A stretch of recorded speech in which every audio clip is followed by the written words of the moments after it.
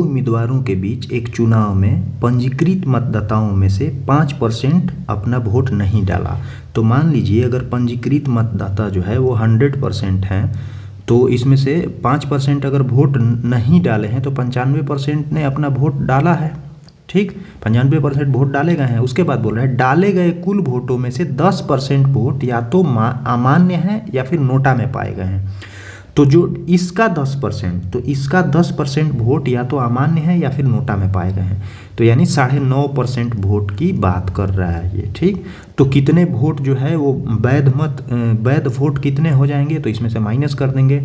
तो यहाँ पे देखिए ये अगर इस निकालेंगे तो यहाँ से 5% वोट तो वो जो है डाले ही नहीं गए हैं और 9.5% वोट जो है वो अमान्य हो गए, यानी 14.5% वोट टोटल जो है वो माइनस करना होगा और इधर से 9.5% वोट माइनस करना होगा। तो दोनों तरीके से आप देख सकते हैं। तो यहाँ ले लेंगे तो 85.5% वोट और यहाँ भी माइनस करेंगे तो 85.5% वोट जो है वो वैध मत होंगे।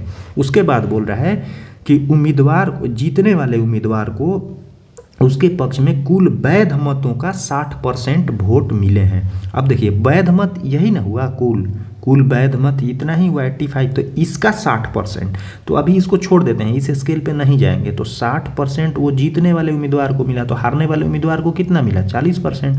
तो ये कितना से जीत गया, 20% वोट से जीता। लेकिन अब इस स्केल पे चलेंगे ना तो वैध मतों का 20% वोट से जीता है वो। तो वैध मतों का यानी इसका 20%, तो इसका 20% ये कितना हो जाएगा, तो इसका 20% हो जाएगा, देखिए यहाँ पे इसका 20% कितना हो जाएगा, ये हो जाएगा 17.1%।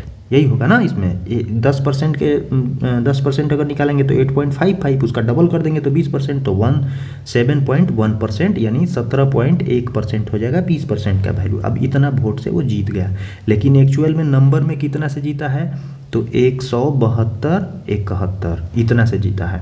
तो यहाँ से 1% का वैल्यू निकाल लेंगे तो 1% का वैल्यू कितना हो जाएगा 172.71 बटा 17.1 और इसमें से डिवाइड कर देंगे। पॉइंट को अभी कैलकुलेट नहीं करते हैं, तो 171 ये एक बार में जाएगा, फिर ये एक बचेगा, 7 नहीं जाएगा तो फिर एक 0 देंगे, फिर 171 बन जाएगा।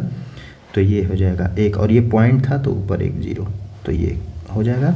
अब 100% का वैल्यू कितना हो जाएगा, क्योंकि क्या पूछा है पंजीकृत मतदाता कितना लिए थे 100%। तो यहाँ पे दे देंगे 1 0 इतना आया था 1% का वैल्यू, इस पर डबल 0 कर देंगे। तो आंसर क्या हो जाएगा, सी नंबर, यही था।